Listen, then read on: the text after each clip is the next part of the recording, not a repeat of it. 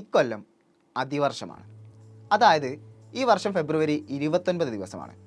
സാധാരണ ബാക്കിയുള്ള മാസങ്ങളിലൊക്കെയും 30-31 ദിവസങ്ങളുള്ളപ്പോൾ എന്തുകൊണ്ടാണ് ഫെബ്രുവരിയിൽ മാത്രം 28 ദിവസങ്ങളായി പോയത്? 4 വർഷത്തിലൊരിക്കൽ അത് 29 ദിവസങ്ങളാകാനുള്ള കാരണം എന്താണ്?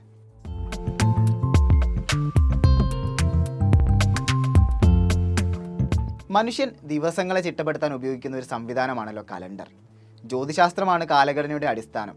അതുകൊണ്ട് തന്നെ ഭൂമിയിലെ സമയത്തിനെയും ദിവസത്തിനെയും ഒക്കെ അളക്കാനായി സൂര്യൻ്റെയും ചന്ദ്രൻ്റെയും ചലനങ്ങളാണ് ഉപയോഗിക്കുന്നത്.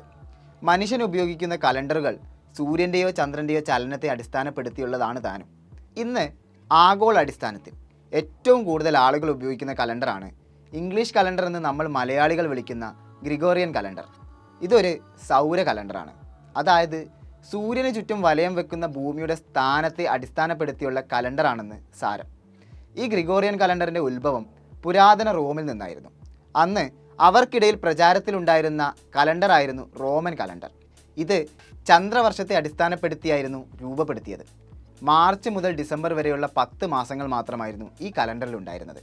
ഇതിൽ 4 മാസങ്ങൾക്ക് 31 ദിവസവും 6 മാസങ്ങൾക്ക് 30 ദിവസവുമാണ് ഉണ്ടായിരുന്നത്. മാർച്ചിലെ വസന്തകാലത്തോടു കൂടി ആരംഭിക്കുകയും ഡിസംബറിൽ ശൈത്യകാലത്തിൽ അവസാനിക്കുകയും ചെയ്തിരുന്ന ഈ കലണ്ടറിൽ പ്രാധാന്യമൊന്നുമില്ലാത്ത ഇന്നത്തെ ജനുവരി ഫെബ്രുവരി മാസങ്ങളെ മഞ്ഞുകാലമായിരുന്നു കണക്കാക്കി പോകുന്നത്. ആകെ 304 ദിവസങ്ങളുണ്ടായിരുന്ന ഈ കലണ്ടറിനെ 2 മാസങ്ങൾ കൂടി കൂട്ടിച്ചേർത്ത് 12 മാസമുള്ള കലണ്ടറാക്കി മാറ്റുന്നത് റോമൻ രാജാവായ നുമ പോംപിലിയോസ് ആണ്. അന്ധവിശ്വാസികളായിരുന്ന റോമൻ ജനത ഇരട്ട സംഖ്യകളെ നിർഭാഗ്യകരമായിട്ടായിരുന്നു കണ്ടിരുന്നത്. അതുകൊണ്ട് തന്നെ 30 ദിവസങ്ങളുള്ള മാസങ്ങളിൽ നിന്നും ഒരു ദിവസം കുറച്ച് അവർ 29 ദിവസങ്ങളാക്കി.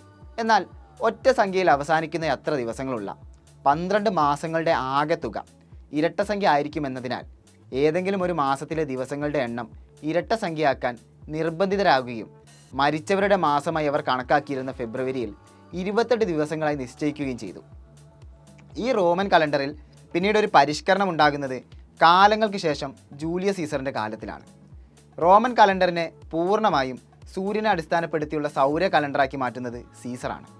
അതിവർഷവും വർഷത്തിൽ 365 ദിവസങ്ങളുമുള്ള ഈ കലണ്ടറിൽ 29 ദിവസങ്ങളുള്ള മാസങ്ങൾ 30 ദിവസങ്ങളാക്കുകയും ഫെബ്രുവരിയിൽ 28 ദിവസവും അതിവർഷങ്ങളിൽ അത് 29 ദിവസങ്ങളാക്കുകയും ഒക്കെ ചെയ്യുന്നുണ്ട് സീസർ അന്ന്. പിന്നീട് 1583 പോപ്പ് ഗ്രിഗറി 8 നമ്മൾ ഇന്ന് ഉപയോഗിക്കുന്ന ഗ്രിഗോറിയൻ കലണ്ടർ രൂപപ്പെടുത്തുന്നത്. ജൂലിയൻ കലണ്ടറിൽ പരിഷ്കരണങ്ങൾ നടത്തിയാണ് അദ്ദേഹം ഇത് സാധ്യമാക്കുന്നത്. ജൂലിയൻ കലണ്ടർ പ്രകാരം ഒരു വർഷത്തിൽ കൃത്യം 365.25 ദിവസങ്ങളാണ് ഉണ്ടാകുക എന്നായിരുന്നു കരുതിയിരുന്നത്. ഇതിൽ ചെറിയൊരു വ്യത്യാസമുണ്ട്. ഇത് കാരണം ഓരോ 134 വർഷം കൂടുമ്പോഴും ഒരു ദിവസം അധികമായി ഉണ്ടാകുന്നു. ഈ പ്രശ്നം മൂലം 16-ാം നൂറ്റാണ്ടോടുകൂടി ഈ കാലഗണനാ രീതി 10 ദിവസം വ്യത്യാസം കാണിച്ചു തുടങ്ങി. ഇതിന് പരിഹാരമായി ഗ്രിഗറി 8 1582 ഒക്ടോബർ 4 ശേഷം ഒക്ടോബർ 15 ആയിരിക്കുമെന്ന് പ്രഖ്യാപിച്ചു. തുടർന്നുള്ള 400 വർഷങ്ങൾക്കിടയിൽ 3 അതിവർഷങ്ങൾ ഒഴിവാക്കി അധികം വരുന്ന ദിവസം ഇല്ലാതാക്കാനും തീരുമാനമായി. ഇതൊക്കെയായിരുന്നു ഗ്രിഗോറിയൻ കലണ്ടർ കൊണ്ടുവന്ന മാറ്റം. ഈ വർഷം ഫെബ്രുവരിയിൽ 29 ദിവസങ്ങളുള്ള അതിവർഷമാണ്. ഗ്രിഗോറിയൻ കലണ്ടർ പ്രകാരം അതിവർഷം കണക്കാക്കാൻ ചില നിയമങ്ങളുണ്ട്. 4 കൊണ്ട് പൂർണ്ണമായും ഹരിക്കാൻ കഴിയുന്ന എല്ലാ വർഷങ്ങളും അതിവർഷങ്ങളാണ്. അതുപോലെ 100 കൊണ്ട് പൂർണ്ണമായി ഹരിക്കാൻ പറ്റുന്ന എന്നാൽ 400 കൊണ്ട് ഹരിക്കാൻ സാധിക്കാത്ത എല്ലാ വർഷങ്ങളെയും സാധാരണ വർഷങ്ങളായാണ് കണക്കാക്കുന്നത്.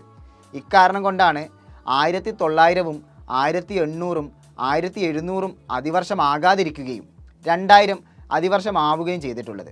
ഈ വർഷം അതിവർഷമായതിനാൽ തന്നെ 366 ദിവസങ്ങളുണ്ട് ഇക്കൊല്ലം.